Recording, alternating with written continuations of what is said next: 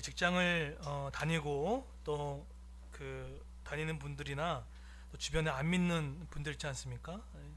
그런 분들이나 또 하나님을 믿는 사람들 공통적으로 한 가지가 있습니다. 이게 뭐냐면 뭔가를 기다린다는 거죠. 그러니까 어떠한 종류든지 뭔가를 기다립니다.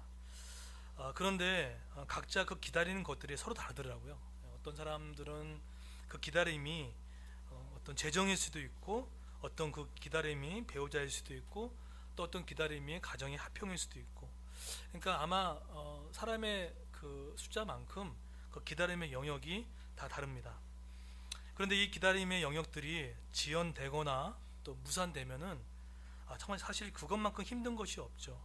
물론 성경에는 범사에 때가 있다고 얘기를 합니다. 뭐 날 때도 있고 또 죽을 때도 있고 울 때도 있고 기쁠 때도 있다고 하지만, 왜 그것이 유독 나한테만 해당되는 일이 생겼을 때는 너무나 어렵죠. 왜 나만 기다려야 될까? 언제까지 기다려야 될 것인가 됐을 때 그 때의 문제 때문에 막 힘들고 어려울 때가 참 많이 있습니다. 그러면 우리가 뭔가를 기다린다는 것, 이 때의 문제를 과연 우리에게 우리 인생 가운데 어떤 의미가 없는가? 대체 이 기다림의 때는 대체 우리에게 무엇을 가져다 주는가? 한번 그것을 오늘 살펴봤으면 좋겠습니다. 오늘 우리가 이제 지난주에는 부활절이라서 한 주 쉬었고, 이제 갈라디아서 계속 이제 연속 강의를 하는데, 오늘 갈라디아 교회를 살펴보고 있습니다.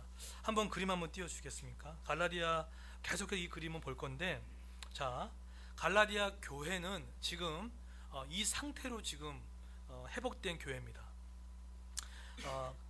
갈라디아 교회는 세워진 지가 얼마 안 된 교회입니다.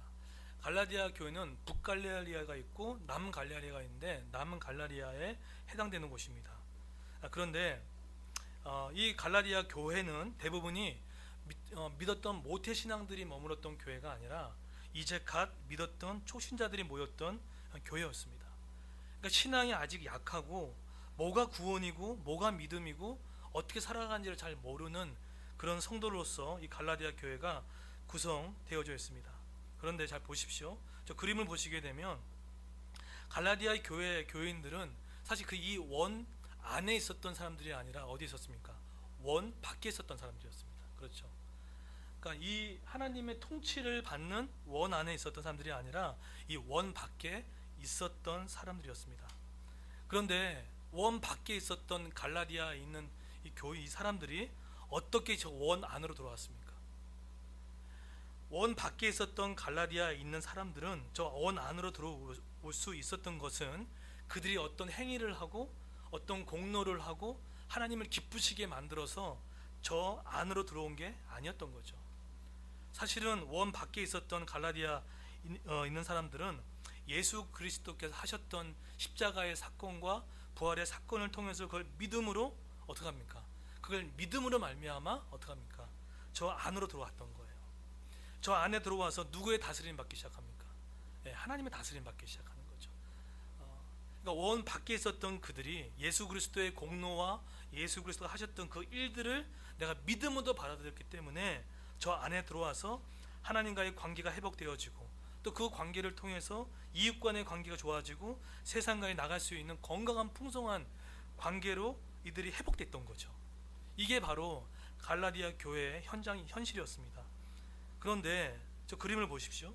저 그림에 보시게 되면 저렇게 풍성한 삶을 누리고 있는 이 갈라디아 교회 안에 다른 교사가 들어왔습니다. 근데 그 다른 교사가 어디에 침투해 들어왔습니까? 어디에 침투해 들어왔죠? 바로 어디에 침투해 들어왔냐면은 이 부분에 들어온 거예요.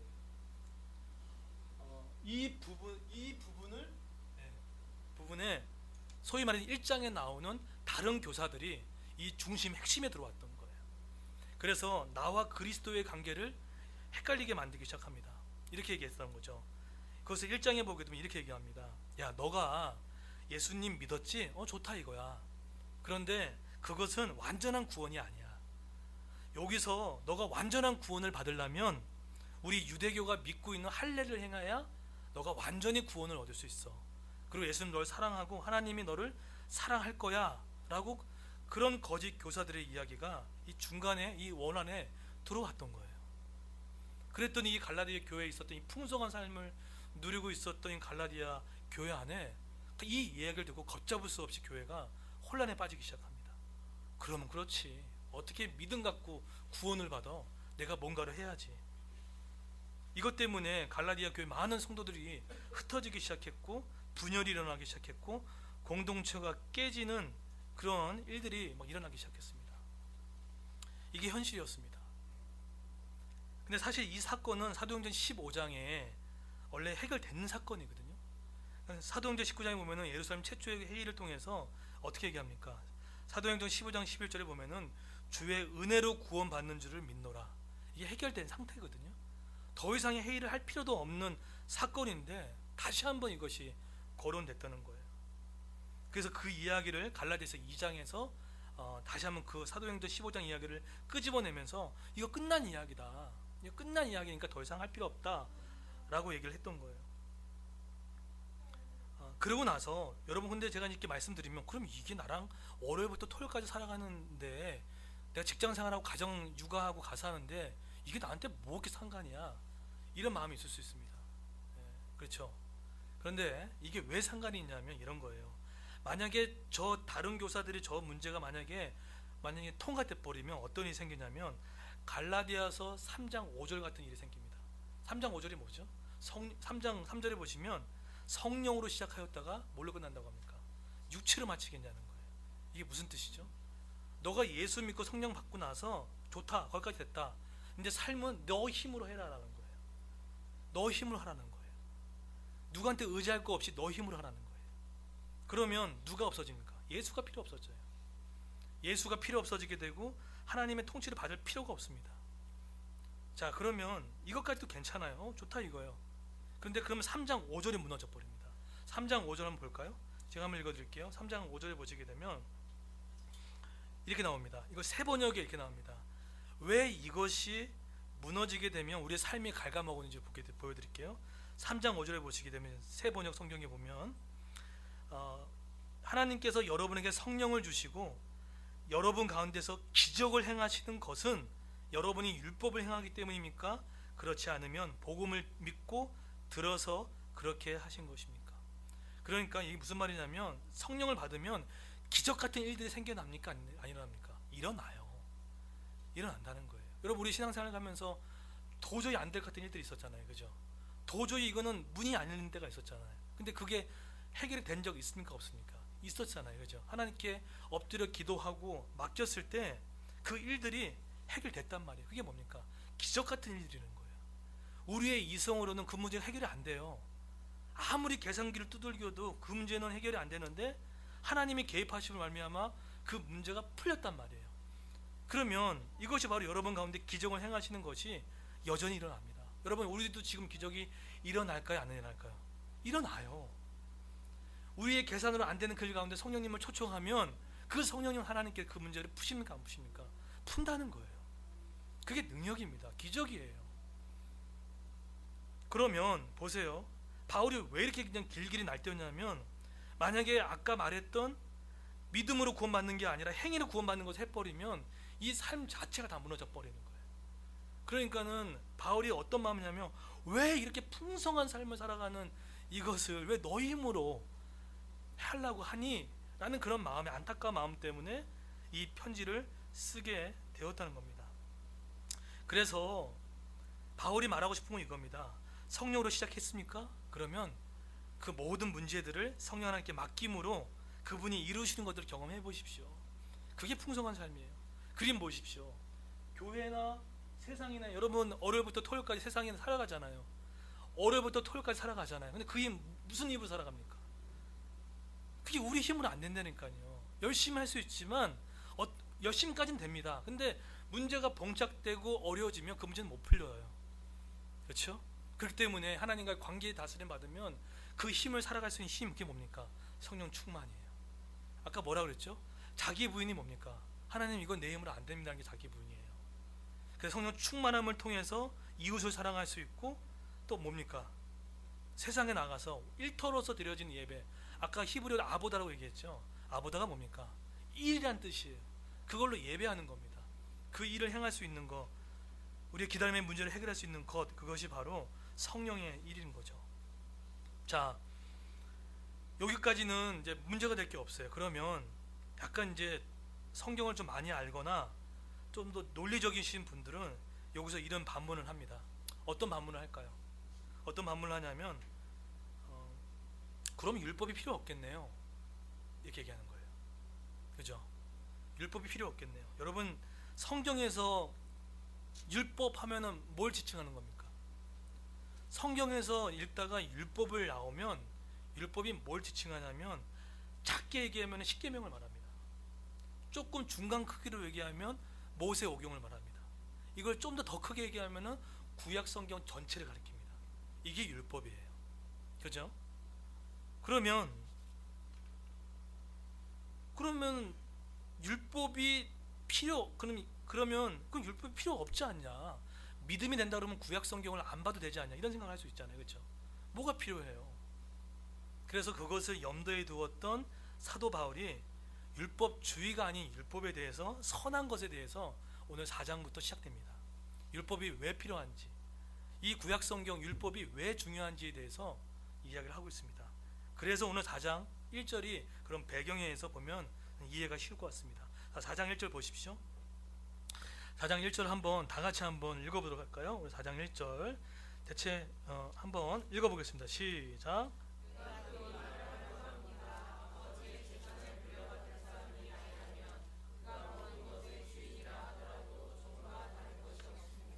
율법, 즉 구약 성경이 왜 필요한지에 대한 설명을 합니다.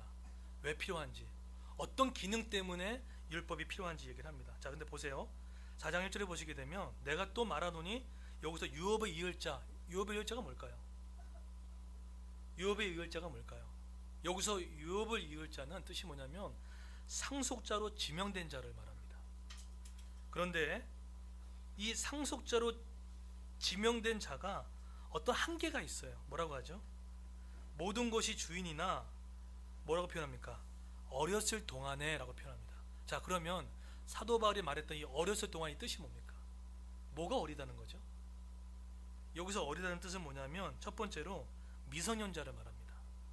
두 번째는 어떠한 행동이나 신앙적으로 성숙하지 않는 사람을 말합니다. 그리고 세 번째로는 율법 아래에 있는데 그리스도 밖에 있는 사람을 어렸을 동안에 라고 표현합니다.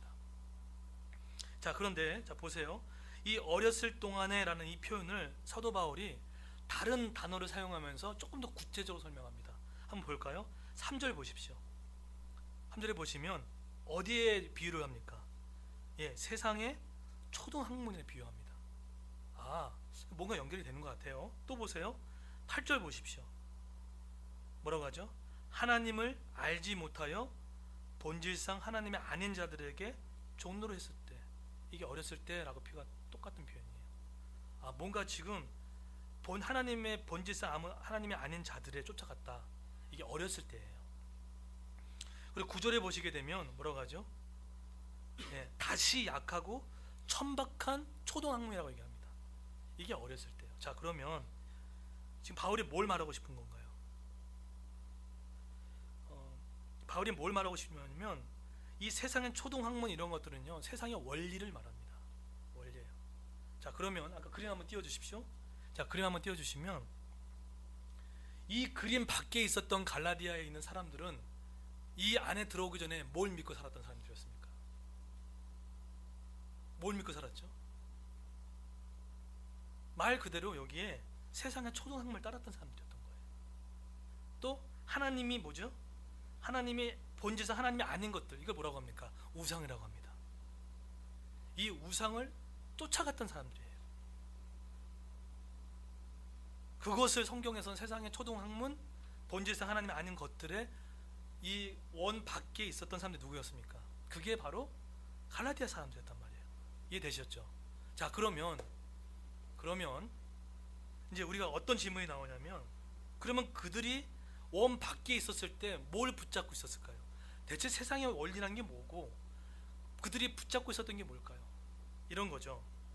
여러분, 하나님이 없으면 사람들은요, 종교의 씨앗이 있기 때문에 뭔가를 계속 예배합니다. 네. 그러면 우리는 하나님이 없는 사람은 뭔가를 예배하죠.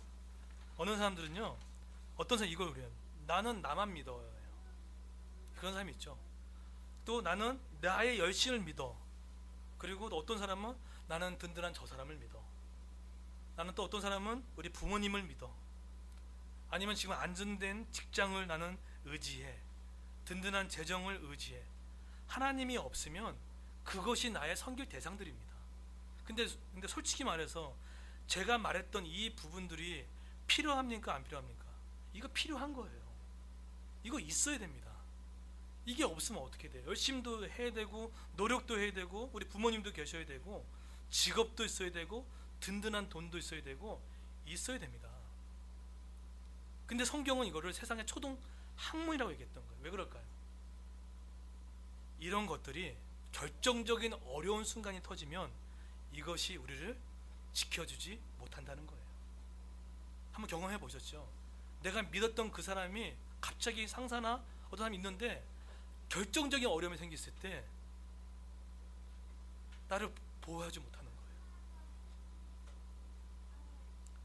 그래서 그러나 이런 노력, 부모, 직장이 필요합니까? 안 필요합니까? 필요하다는 거예요. 이것을 마치 이런 거죠. 여러분 창세기 1장에 보게 되면 하나님이 우선순위를 얘기해 줬습니다. 뭐라고 하죠? 우리는 하나님을 예배하고요, 하나님께 피조물로 하나님의 이런 피조물을 다스리는 이런 사명들이 있습니다. 그렇죠? 이게 우리의 우선순위예요. 그런데 어떻게 합니까? 그림을 보시게 되면 이게 최초의 이게 에덴 동산이고 최초의 하나님의 나라입니다. 근데 저기에 나라는 저 사람이 어디로 올라갑니까? 하나님을 제끼고 자기가 중심이 돼버리는 거예요. 저게 우상이에요. 근데 하나님을 제끼지 않는 사람들은 하나님을 모시고 있대 그 자리에 뭘 갖다 놓냐면 거기다가 자기의 남편을 갖다 놓습니다. 거기 자기의 부인을 갖다 놓고요, 자기의 직장과 커리어를 갖다 놓습니다. 자기가 원하고 싶은 것도 갖다 놓습니다. 이게 이제 현대판 우상인 거예요. 자, 그런데 왜 제가 우상이라고 얘기를 했냐면 그것을 올려놓아서 이 순서를 뒤바뀌게 만듭니다. 순서를 뒤바뀌게 만들어 가지고 하나님을 예배하고 예배한 그들이 다스림 받고 살아가는 것이 우선순위인데 내가 주인 되고 또 다른 것이 대체되어 가지고 그 순서를 뒤바뀌어 버리게 만드는 거예요. 이걸 뭐라고 합니까? 이것을 불의라고 얘기를 합니다. 여러분 그 10계명에 보게 되면 1계명이 뭐죠? 다시 한번 초등학교 돌아가서 1계명이 뭡니까? 나 외에 다른 성이 좀 여기까지는 잘해요. 그렇잖아요. 여기까지 안 된 사람이 있어요? 여기 앉아있는 분들이 나 외에 다른 신 안 섬기잖아요. 근데 두 번째가 중요해요. 두 번째가 뭐죠? 우상을 섬기지 말라고 했죠. 근데 그 수식하는 단어가 뭔지 아십니까? 너희를 위하여 스스로 만든 그죠? 너희를 위하여 만든 거. 그 우상을 섬기지 말라고 그래요. 땅에 있는 것이나 하늘에 있는 것이나 그걸 섬기지 말래요. 그러면 1계명은 다 잘 지켜요. 근데 문제는 어디 터집니까? 2계명에서 터지는 거예요. 하나님은 지키죠. 잘 섬기죠. 근데 2계명 때 그 자리에다가 내 스스로를 위해서 자신의 노력을 갖다 놓고 내 열심을 갖다 놓고 나의 부모를 갖다 놓고 나의 편안함을 갖다 놓고 권력을 갖다 놓고. 그런데 자 보세요. 이런 것들이 나에게 유익이 되면 얼마나 좋겠습니까? 근데 존 칼빈이 종교개혁의 기초를 닦았던 존 칼빈이 썼던 책을 읽어보면 예배 신학이 있습니다. 예배 신학 전체가 어떤 한 주제로 뻗어나가는지 아십니까? 존 칼빈의 예배 신학 전체는 뭐의 전쟁이냐면 우상들을 대적하는 전쟁으로 신학이 직결되었습니다. 그러면 뭐라고 얘기하냐면 그런 우상을 제거하지 않으면 하나님을 온전히 예배할 수 없다는 거예요. 제가 아까 서론에 기다림과 때의 문제를 얘기했죠. 기다림의 때가 왜 그렇게 중요하냐면 그 우상을 제거하고 제2계명엔 내 스스로를 위해서 쓰임받는 내가 스스로 올려놨던 그것을 제거할 때까지는 하나님을 온전히 예배할 수 없어요. 그렇게 되면 풍성한 삶은 요원한 겁니다. 그래서 한번 이 얘기를 예레미야에서나 한번 띄워주시겠습니까? 내가 그럼 2계명에서 넘어지는 그 부분들을 성경은 뭐라고 얘기하는지 보십시오. 시편 한번 보십시오. 자, 시편을 보시게 되면 네, 참고 구절을 보게요. 자, 보세요. 시편 2편 8절을 보십시오. 한번 다 같이 읽어볼까요? 시작.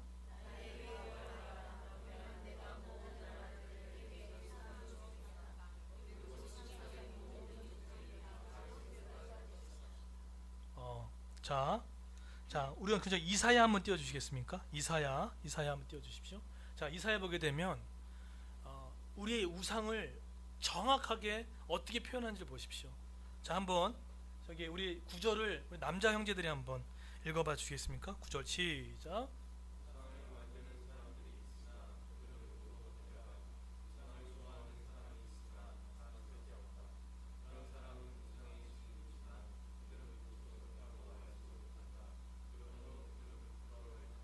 결과가 어떻게 됩니까? 부끄러움을 당한다는 거예요. 계획교정에 보면 수치를 당한다고 합니다. 1계명은 잘해요.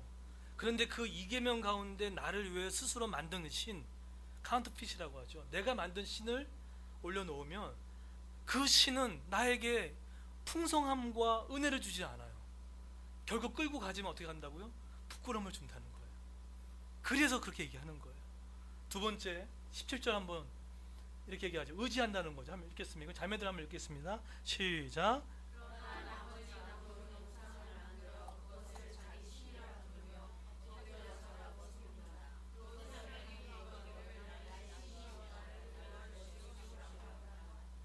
네, 그러니까 그것을 자기의 신으로 부르고 거기에 엎드려 절한다는 거예요. 그러면 여러분, 제 2계명에 넘어지는 그 현대판 우상이 뭘까요? 네, 이런 거예요. 하나님을 버리진 않아요. 네, 근데 그 비슷한 것들을 올려놓는 것들이 있습니다. 내 권력이라든지 편안함이라든지, 자, 이런 부분들이 놓여 있는 거죠. 그래서 핵심은 이겁니다. 그 존 칼빈이 얘기했던 것처럼 이런 우상, 제 2계명에 해당되는 우상들이 제거되지 않으면 결코 하나님을 예배할 수 없고, 아까 그림처럼 풍성한 삶으로 살 수 없고 부끄러움을 당할 수밖에 없기 때문에 이 문제에 대해서 세상의 초등학문, 다시 약하고 초등학문에 돌아가느냐라고 했던 얘기가 바로 이런 거라는 거예요. 그러니까 바울이 너 예수 믿으면 그냥 뭐가 이렇게 나쁘고 그런 것 때문이 아니라 이 풍성한 자유를 주시는 이 하나님이 있음에도 불구하고 다른 걸 추구하는 그것에 대해서 안타까운 마음을 여겼게 되겠던 거죠. 자, 그런데 다시 갈라디아 나와서 그 얘기를 하고 있는 겁니다. 2절 보십시오. 2절에 보시게 되면 그게 어렸을 동안이에요.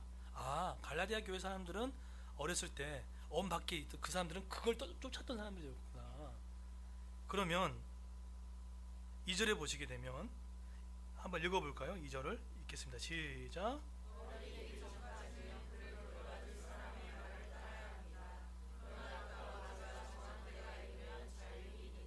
네, 이것을 알려면 로마의 상속법을 좀 알아야 됩니다. 당시 로마가 전 세계를 제패했을 때 그 로마의 상속법이 있었습니다. 그 로마의 상속법은 두 가지로 나타나는데, 첫 번째는 누구를 세운다고 하죠? 후견인, 그 다음에 또 누굽니까? 청지기를 세웁니다. 로마의 그 사람들은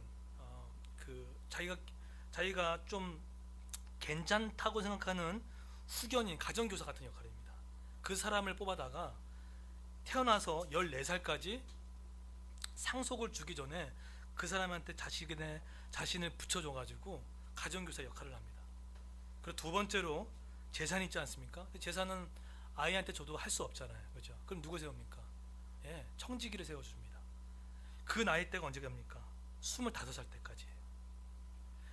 25살까지 딱 되고 나서 그때 비로소 아버지가 때가 됐다 생각해가지고 그때 모든 상속을 이렇게 물려주는 로마의 법이 있었어요. 근데 잘 보세요. 사도 바울이 이 얘기를 왜 했을까요? 왜 했냐는 거 중요해요. 근데 언제까지죠? 그때가 2절에 보시면 그 아버지가 정한 때까지예요. 로마의 이거는 아마 당시 갈라디아 교회 사람들이 이걸 들으면 이게 무슨 말인지 아는 거예요. 아는 거예요.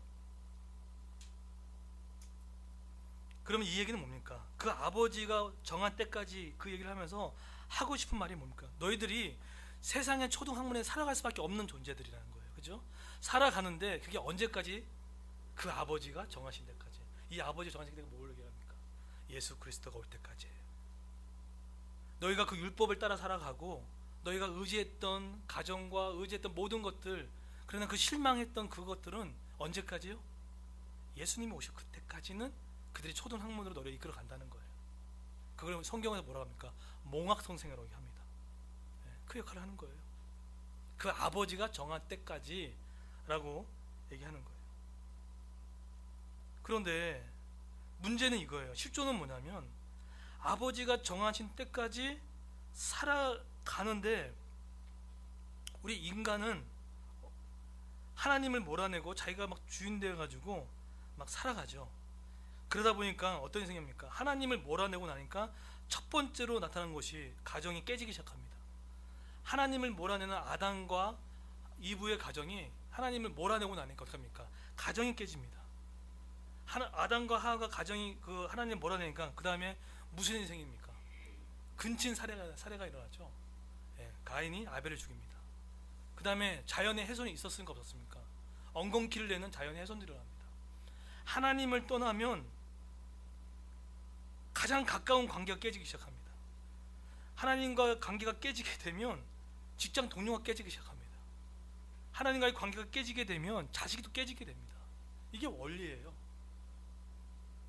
그래서 하나님께서 이 원리로 깨져 있던 그들을 불쌍히 여기셔가지고 하나님 다시 한번 세컨 찬스 주셨습니다. 그 세컨 찬스에 한 사람이 대상이 누구였습니까? 아브라함을 세웠죠. 아브라함을 세워가지고 다시 한번 회복하겠다고 얘기를 합니다. 그래서 하나님이 그 인간들과 소통하기 위해서 뭘 만들어 줬습니까? 십계명을 준 거예요. 한번 해보라고. 구약을 준 거예요. 그런데 여쭤볼게요. 이 말씀을 지키는 사람이 있었습니까? 없었습니까? 지키긴 지키지만 완전히 지키는 사람이 있었습니까? 없었습니까? 없었단 말이에요. 아브라함이 실패했습니다. 다윗도 성범죄를 저질렀습니다.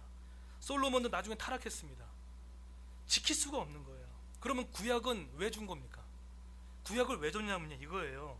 구약의 율법을 왜 줬냐면 너희가 불안과 공포를 통해서 율법의 요구를 지켜낼 수 없는 무능력한 자라는 거예요. 빵점짜리라는 거예요. 그걸 보여주기 위해서 구약 성경을 준 거예요. 가이드는 좋지만 지킬 수 없다는 내가 빵점 실력밖에 안 된다, 그걸 보여주고 싶었던 거죠. 그리고 그걸 통해 가지고 안 되지, 그럼 어떻게 합니까? 이렇게 막 부르짖고 힘들고 했을 때 그 사람들은 점점 하나님을 아니면 또 신을 뭔가 있겠지, 의지할 것이 필요하겠지. 그래서 구약 성경을 주신 거예요. 죄를 폭로하고 너가 연약한 존재라는 것을 보여주기 위해서 줬다는 거죠. 여러분, 지금 우리의 삶에 뭐가 지금 안 풀려요. 근데 뭔가 기다려져요. 근데 막 해보려고 하는데 안 돼요. 젊었을 때는 되는지 모르겠지만 나이가 30대, 40대, 50대 넘어가면 여러분 아시겠지만 내 뜻대로 안 돌아갑니다. 안 돼요. 그게요. 점점 시간이 가면 갈수록 통제 밖의 일이 생깁니다. 내 손이 안 돼요. 그러면 인간은 점점점 나를 의지하지 않아요. 누군가를 의지하고 싶은 마음이 생깁니다. 그런데 우리는 하나님이라는 걸 알지만 하나님이 없는 사람들은 이게 뭔지를 몰라요. 그래서 위대한 선언이 나온 겁니다. 자, 4절 보십시오. 4장 4절 보시면 아주 위대한 선언이 나오죠. 4장 갈라디아서 4장 4절 보십시오. 한번 읽어볼까요? 시작.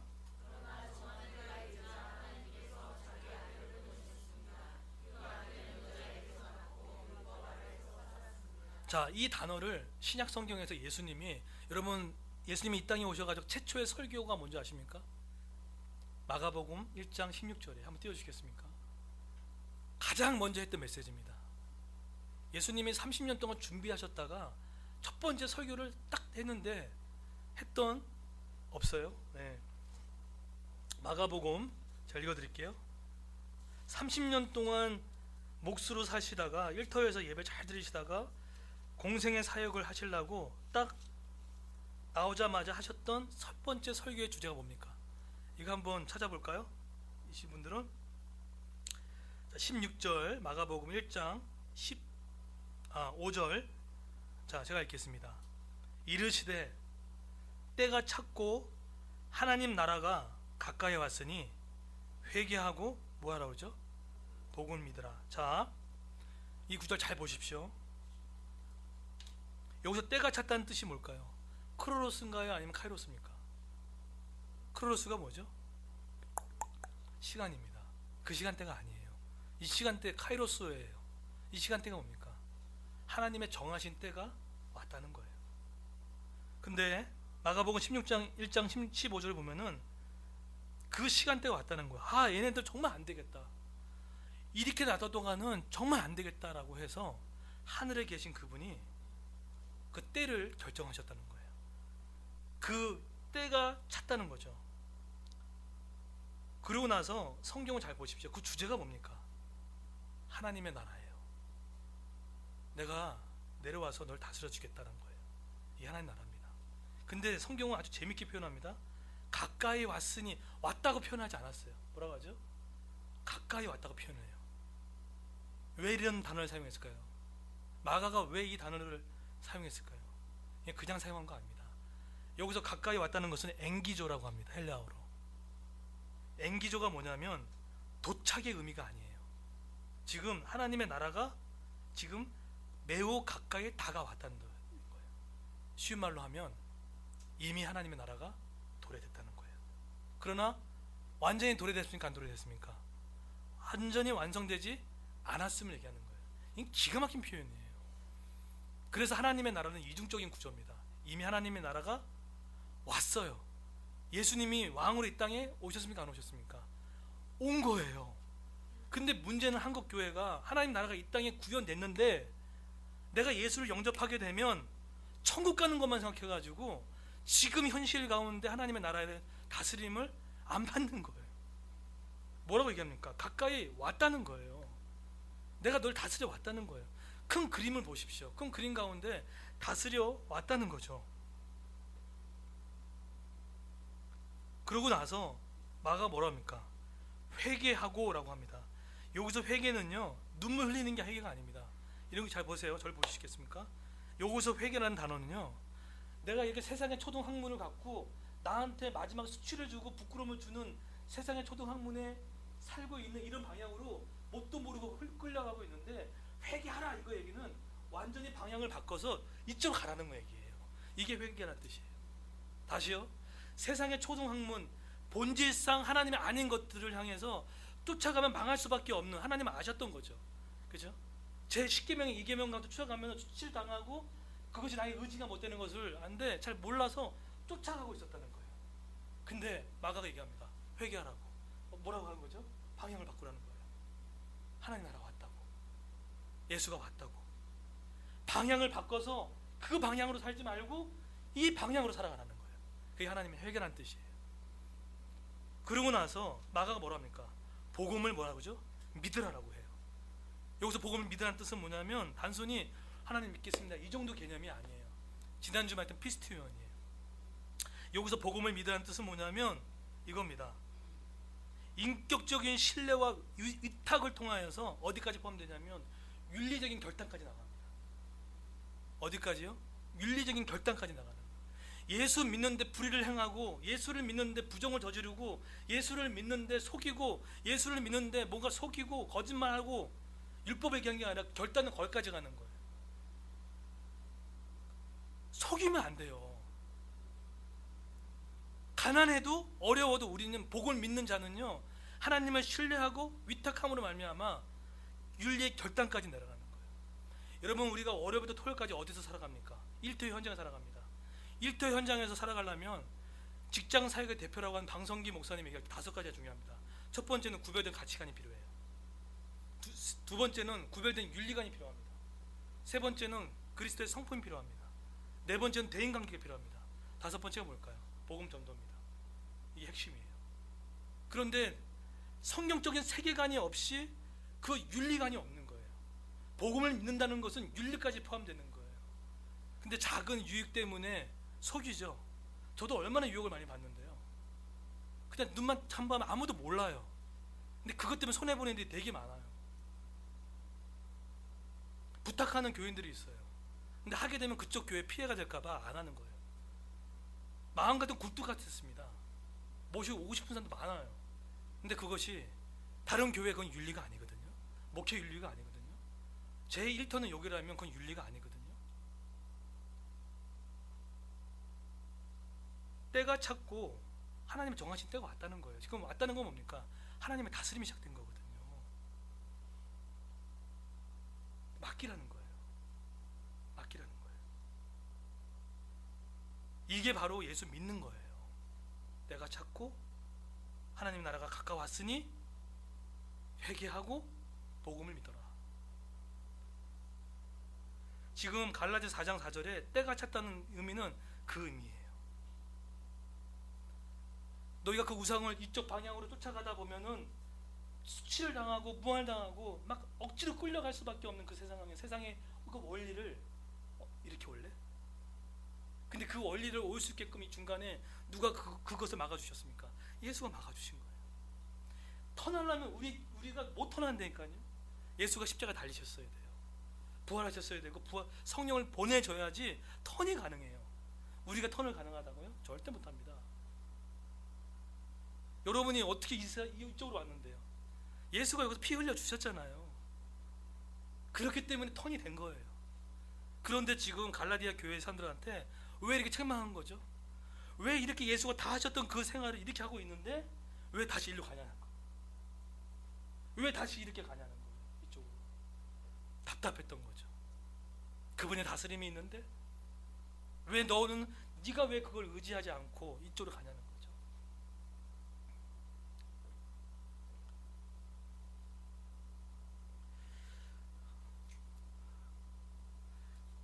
그러니까 이런 거죠. 이렇게 다스림 받고 살아있는데 이 다른 교사 사람들이 좋다 이렇게 살아가라. 근데 그것은 너희 힘으로 해라는 거예요. 그러면 예수가 왜 필요합니까? 성령이 오실 이유가 없잖아요. 그게 바로 때가 찼다는 거예요.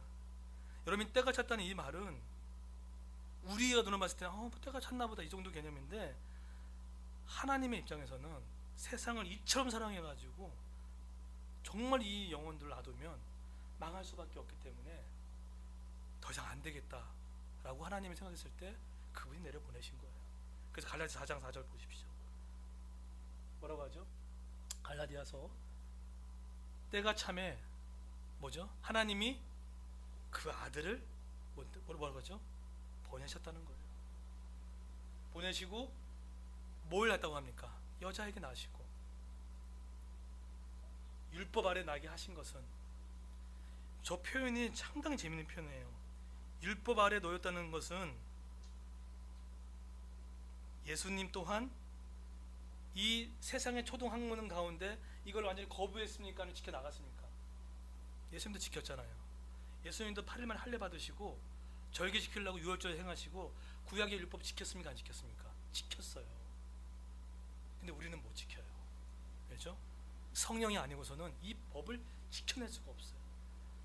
그러니까 하나님이 우리의 동등됨을 아시고 율법 아래 나게 하신 거예요.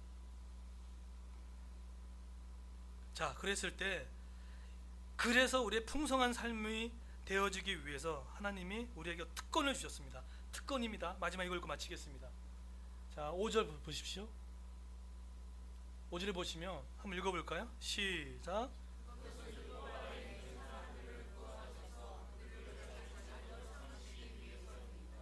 네, 율법 아래 여기에 살아가는 자들, 네, 여기에 살아가는 자들 구원하기 위해서 뭐라고 하죠?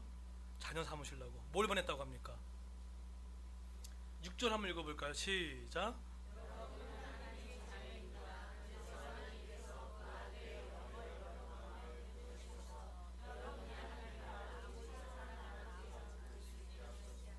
네, 이제 6절 개혁교정에 보게 되면 하나님의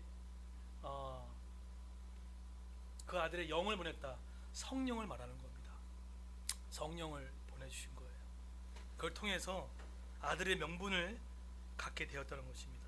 그래서 아들의 영, 그리스도의 영, 성령을 통해서 비로소 내가 일터에서나 가정 현장에서 살아갈 수 있는 능력을 소유하게 되고, 또 그 힘 가지고 내가 살아갈 수 있는 그 이야기. 더 쉽게 얘기하면 이 아들의 성령을 통해서 이제는 이쪽으로 왔니? 그러면 이쪽으로 살아가는 방법을 알려주신 거예요. 뭐죠? 이쪽으로 살아가려면 자기 부인을 하고 자기 성령 충만함을 통해서 이웃으로 나가고 세상으로 흘러나가고 일터로 나가는 것. 이 원리를 얘기해 준 겁니다. 이것이 바로 아들의 영을 보내주신 거예요. 근데 이것을 그림 보십시오. 한번 그림 띄워주시겠습니까? 바로 이것을 해주기 위해서 하나님이 그 예수를 보내주시고 이 풍성한 삶을 하기 위해서 우리에게 그 아들을 보내셨다는 거예요. 자, 그러면 결론입니다. 그럼 어떻게 살아가야 되겠습니까? 존 칼빈이 얘기했던 거 저는 기가 막히게 와닿았어요. 만약에 여러분 지금 이런 삶을 살아가고 있는데, 아니면 여러분 주변 안 믿는 분들이 이런 삶을 살아가고 있다면 한 가지가 중요한 거예요. 이걸 포기하는 거 아니에요. 우린 포기 못해요. 포기 되던가요? 포기 안 돼요. 내 노력과 열심을 믿었던 사람들이라든지 누굴 의지하는 것들이 잘 안 되는, 포기가 잘 안 돼요. 그래서 한 가지 방법을 알려줍니다. 방법이 뭐냐면 더 하나님을 사랑하는 거예요. 그것을 존 칼빈에 가면 그걸 예배라고 합니다. 그분을 더 예배하면, 그 하나님을 더 사랑하게 되면 그것을 놓게 된다는 거예요. 근데 지금까지는 포기하십시오, 내려놓으시라는데 되나요? 안 되잖아요. 근데 우리가 더 진심으로 하나님을 더 사랑하고 더 가까이 하게 되면 그것이 놓게 돼 있다는 거죠. 저는 이거 기가 막힌 표현의 생각이 들어요. 그래서 그 하나님을 사랑하고 그 성령 하나님 교제에 나갔을 때, 오늘 월요일부터 토요일까지 여기서만 그렇게 하지 마십시오. 매 순간순간마다 직장에서도 여러분의 실적, 여러분의 대인관계, 직장과의 관계, 모든 것들을요 성령님께 올려드리십시오. 그러면 성령이 끌어가세요. 꼭 경험했으면 좋겠어요. 왜 여러분의 양떼 놓고 기도하는데 왜 여러분 실적 놓고 기도 안 해요? 왜 여러분 업무를 놓고 기도 안 합니까? 그것까지 기도하는 겁니다. 그것이 예배하는 거예요. 일은 아보다와 일 한 가지 같이 포함된 영역이라면 충분히 우리 가운데 일할 줄 믿습니다. 말씀 결론 맺도록 하겠습니다. 하나님은 우리에게 하나님 나라를 다스리며 하나님 들어오게 되면 풍성한 삶을 약속했습니다. 그런데 성령으로 시작했다가 육체로 마치는 이쪽 방향으로 살아가는 원리가 아닌 더 하나님을 사랑하고 그분과 가까이 감으로 말미암아 월요일부터 토요일까지 일터 안에서도 그분의 동행하심으로 그분이 우리에게 기적 같은 일들을 행하시는 것들을 놀랍게 경험하는 저와 여러분 되기를 예수님으로 축원드리겠습니다. 예수님으로 축원드리겠습니다. 예수님으로 축원드리겠습니다. 예수님으로 축원드리겠습니다. 예수님으로 축원드리겠습니다.